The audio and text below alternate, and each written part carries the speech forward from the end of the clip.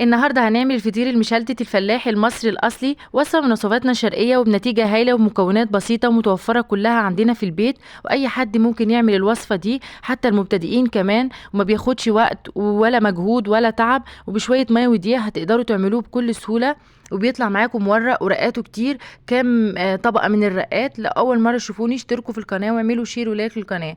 أول حاجة هنبتدي بالوصفة. كيلو من الدقيق متعدد الأغراض أو أي نوع دقيق عندكم بس يكون كويس، وكوبايتين من المية. كيلو الدقيق عندنا بياخد في الفطير أو في العجن بتاعه كوبايتين مية من اللي قدامكم دي كبيرة، أو نص لتر من المية، على رشة ملح يعني مقدار معلقة صغيرة.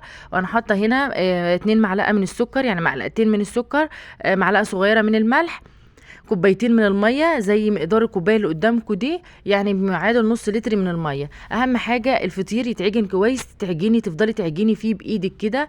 احنا هنا انا بدات اعمله بالسباتولا وكده، بس لازم بص مفيش احلى من العجن بالايد. لو عندكم عجانه برضو بس براحتكم.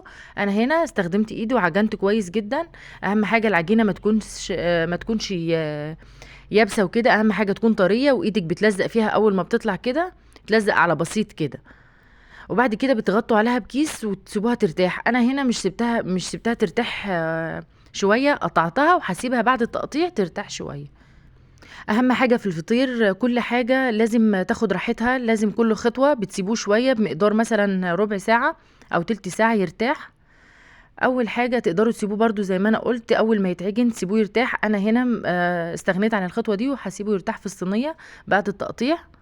هقطعه. اول حاجه هقطع الكيلو في حدود من 20 ل 21 كوره كده صغيره وكوره كبيره.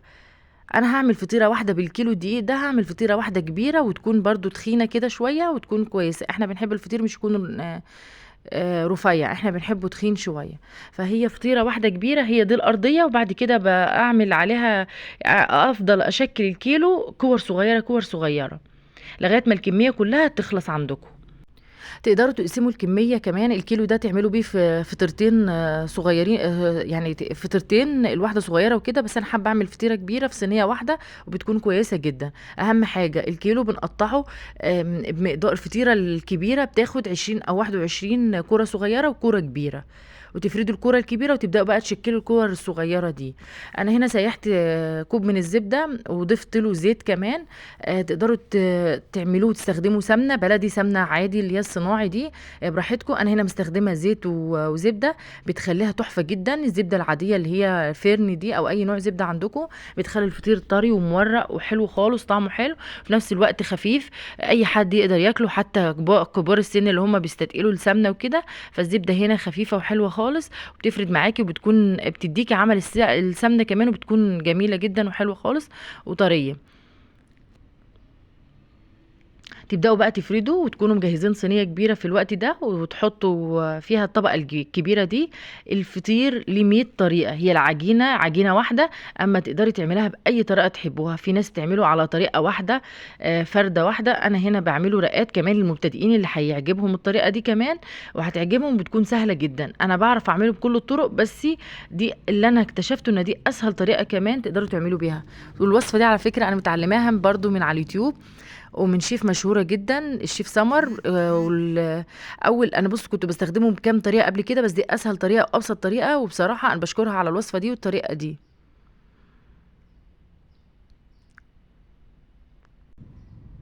هنبدأ بقى كده دهنا الصينية سمنة بقى او زبدة او او زيت، وبتبدأوا تفردوا. انا نسيت على خطوة، وانتوا بتشكلوا كده تقدروا تشكلوا في الزبدة دي مثلا وتحطوها عليها كلها، او تفردوا الصينية زيت.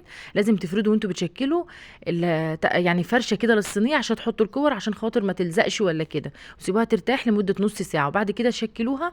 اول حاجة عملنا الطبقة الكبيرة، تبدأي بقى تفردي كده زي العيش، رقات رقات صغيرة لغاية ما تعملي الطبقات كلها. نبدأ رقة رقة بكل سهولة. أهم حاجة تفردي على الرخامة كده الزبدة، وتغمسي كده الفطيرة الصغيرة كده بالزبدة، بتتفرد معاكي بكل سهولة. أهم حاجة في الفطير الراحة، كل خطوة بينها راحة. أول ما بنعمل الرقات دي بنسيبه نرتاح. أول حاجة لما بنشكل الكور بتسيبها ترتاح. أول ما بنعجل الفطير لازم نسيبه يرتاح. كل ما يرتاح الفطير أكتر كل ما يطلع معاكي مورق ومنتفخ كمان في الفرن، هيطلع معاكي تحفة وكله رقات كده وبيكون كويس جدا. اهم خطوة في الفطير، الفطير يرتاح. كل ما تريحي الفطير بيقب معاكي. شفتوا حتى وانا بفرده قابب معانا ازاي؟ وزبدة وسمنة بقى، زبدة وزيت، زبدة بس، زيت. بص اي حاجة، بس اهم حاجة انا استخدمته واستعملت معاه كل المواد الدهنية، هي الزبدة اهم حاجة. احنا هنا خلصنا الخطوات كلها، حطينا ال20 رقة، والأرضية الرقة الكبيرة تبدأوا بقى تلموا الأطراف كده بكل سهولة. أنا هنا مش فاضل غير 2 بس هنخلصهم، بعد كده نبدأ نلم الرقات على بعضها. أهم حاجة تفردوا الأطراف كده، وبعد كده تظبطوهم مع بعض، بيطلع معاكم تحفة جدا. أي حد يعرف يعمل الوصفة دي بعد الفيديو ده هتبقي أستاذة في الفطير. مفيش خطوات كتير ولا مكونات كتير، وكل المكونات متوفرة عندنا في البيت. شوية مية ودقيق وشوية ملح بتعملي أحلى فطير كمان. وتقدري تعملي للعشاء، تقدري تعملي للفطار. بينفع كل حاجة. تقدري تستخدمي تاكليه على عسل، على جبنة، على أي حاجة. أنا هنا قلبته بس مش باين وأنا بقلبه. أهم حاجة بتلموا الطبقات كلها على بعضها، وتكوروها كده زي القرصة وتقلي. احنا طبعا فرشين الصينية من السمنة، وبعد كده قلبناها. بنسيبها ترتاح لمدة نص ساعة برضو كمان. وبعد كده بنبدأ نضيف عليها زبدة من فوق كده، ونبدأ نفردها بالراحة خالص عشان مش تتقطع معانا. وهي طول ما هي مريحة بتفرد معانا بكل سهولة في الصينية. تقدروا تكبروا الصينية كمان عن كده، عشان لو انتوا حابينها رقيقة ولا حاجة. انا حباها لا هي رقيقة ولا هي تخينة، انا عايزاها اللي هي الوسط كده. طول ما بتريح معانا الفطيرة بتبدأ تتفرد معاكم بكل سهولة، وبطن ايدك كده تبدأي تبطبطيها وتضيفي لها زبدة. في ناس بيضيفوا لها قشطة، انا مش متوفر عندي قشطة. وبرده الزبدة عندي حطيتها على الوش، عملت احلى وش، وبرده كان مورق وجميل ولونه حلو خالص. تقدروا تستغنوا عن القشطة، تضيفوا زبدة. في الوقت ده بنكون مولعين الفرن على درجة حرارة عالية جدا. اهم حاجة الفطير بيستوي على درجة حرارة عالية. الفرن بيكون مسخن من فوق ومن تحت، ما بنهديش الفرن. طول ما هو الفرن شغال من فوق ومن تحت على درجة حرارة عالية بيقب معانا زي ما انتم شايفين. وتبداوا تقلبوه من فوق ومن تحت كده، تبصوا عليه اتحمر من تحت، بتطفوا وتشغلوا من فوق. بس انا مشغله من فوق ومن تحت، بيطلع معانا مورق وكويس جدا. اهم حاجة الفطير بيكون على درجة حرارة عالية. الفطير على درجة حرارة عالية عشان بيقب معانا وبيطلع منتفخ كمان، وبيكون تحفة جدا. ولا بدون بيكنج باودر ولا بدون خميره ولا اي حاجه. شويه ميه ودقيق وملح وسكر تعملي احلى فطير، وطالع معانا مورق ومن فوق زي من تحت. في خطوه كمان، حابينه ناشف اول ما بيطلع من الفرن مش تغطوه بورق الفويل. حابينه طري غطوه بورق الفويل. احنا بنحبه طري، فغطيته من فوق ومن تحت مده 10 دقايق بس، بيطلع معاكي طري جدا. شويه عسل كده اسود، شويه جبنه حادقه، شويه اي حاجه، شويه عسل كده عليه طحينه ولا حاجه. انا هنا استكفيت بالعسل الاسود.